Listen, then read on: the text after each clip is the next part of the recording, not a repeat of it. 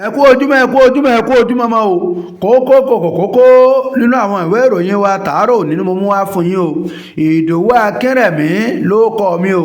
òní lọ́jọ́ kọkàndínlógún nínú oṣù kẹsàn-án ọdún 2023 òní ọjọ́ ìṣẹ́gun àṣẹ́gun ọ̀tá alé àṣẹ́gun ọ̀tá òde o ẹ jẹ́ kí n bẹ̀rẹ̀ lápá bí o ní ìpínlẹ̀ Ògùn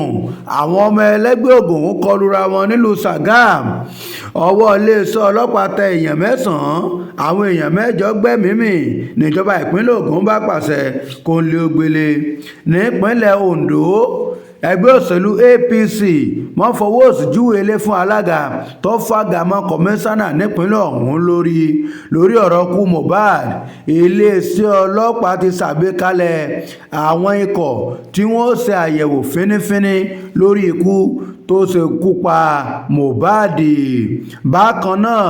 iléeṣẹ́ rédíò àgídìgbò Splash FM àtàwọn iléeṣẹ́ rédíò míì wọ́n ti fòfin de lílo àwọn orin tó ní í ṣe pẹ̀lú Naira Marley lórí ìkànnì wọn gbogbo. Ààrẹ Olúṣẹ́gun Ọbásanjọ́ ọmọ ti sọ̀rọ̀ ó níṣẹ́ rí obìnrin tí ń rawọ́ ẹ̀bẹ̀ sẹ́yìn ọmọ Yorùbá nítorí èmi ò ní nǹkan kan ṣe pẹ̀lú rẹ o mi ò mọ̀ rí o kọ́lọ́ Elédùmarè kó ṣàánú wa ni o. ní ìpínlẹ̀ Delta iléeṣẹ́ ọlọ́pàá wọ́n mọ̀ ti ọ̀nàwọ́ gan àwọn ọmọ ẹlẹ́gbẹ́ òkùnkùn àtàwọn adigunjalè tí ń da ìpínlẹ̀ náà láàmú. bẹ́ẹ̀ ni iléeṣẹ́ ọlọ́pàá ìpínlẹ̀ ọ̀hún ṣe kìlọ̀kìlọ̀ pé ẹ wà lójú lára kan fi sọ́rí o yálà tẹ́ bá fẹ́ gun ọ̀kadà àbẹ́ fẹ́ wọ mọ́tò àbẹ́ ń lọ láti ibìkan síbìkan ní ìpínlẹ̀ ọ̀hún. ìwọ̀nyí àtàwọn kókó míì